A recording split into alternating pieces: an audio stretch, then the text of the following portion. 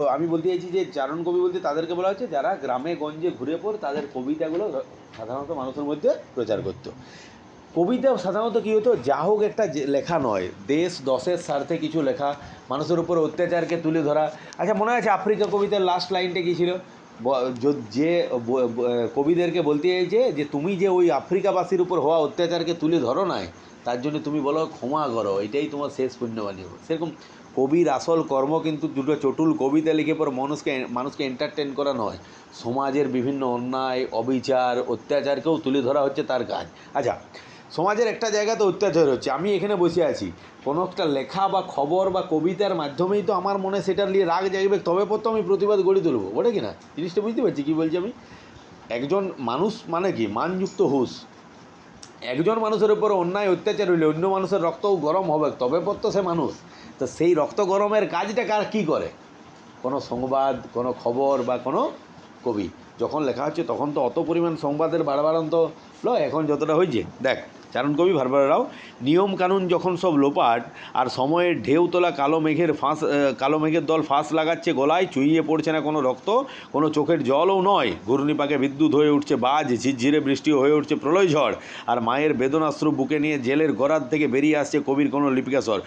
বলতে চাইছে যে সময় যখন নিয়মকানুন যখন কিছু নাই, জঙ্গল রাজ জ্বলছে, যে শশাক সম্প্রদায় নিজের মতো মানুষকে অত্যাচার করছে, যখন সরাসরি সব জায়গায় রক্তপাত হতে দেখা যাচ্ছে না, কিন্তু সরকারের বিরুদ্ধে কথা বললেই সেই কবি, সেই লেখক, সেই শাসক সম্প্রদায় কী করছে? জেলে ভরে দিচ্ছে।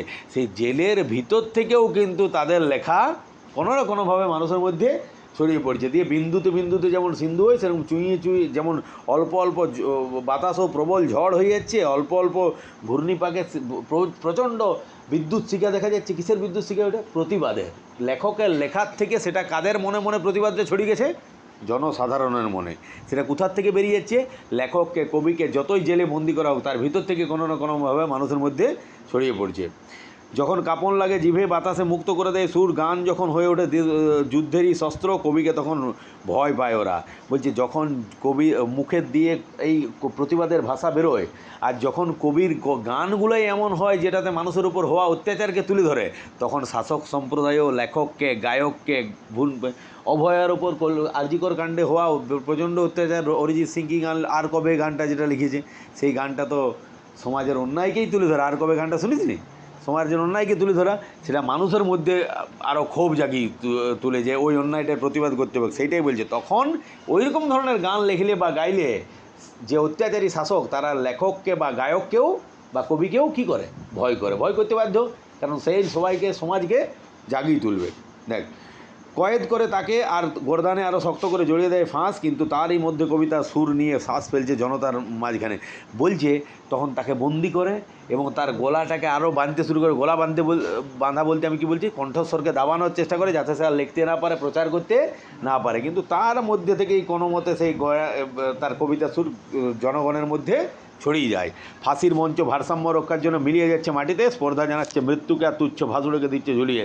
যারা অত্যাচারী শাসক সম্প্রদায় সমাজের ভালো করছিল, যারা সমাজের উন্নতির জন্য, সমাজের স্বাধীনতার সাথে করছিল, যাদেরকে ফাঁসি দিচ্ছে, সেই ফাঁসুড়েকে জগৎ ধীরে ধীরে মাটির সঙ্গে মিশিয়ে দিচ্ছে, মানে তাকে ভুলিয়ে যাচ্ছে। কিন্তু যে দেশের জন্য ফাঁসি গেছে তাকে হৃদয়ে চিরকাল অমর করে রাখছে, আর যে ফাঁসি দিচ্ছে তাকে তুচ্ছ করে দিচ্ছে, এবং সমাজের উন্নতির স্বার্থে, সমাজের সাধারণ মানুষের হিতাকাঙ্ক্ষের জন্য যে কাজ করে গেছে তাকেই চিরকাল মনে রাখছে। আর অবিচার যারা করেছে তাদেরকেই ধীরে ধীরে জনসাধারণ মাটিতে মিশিয়ে দিচ্ছে।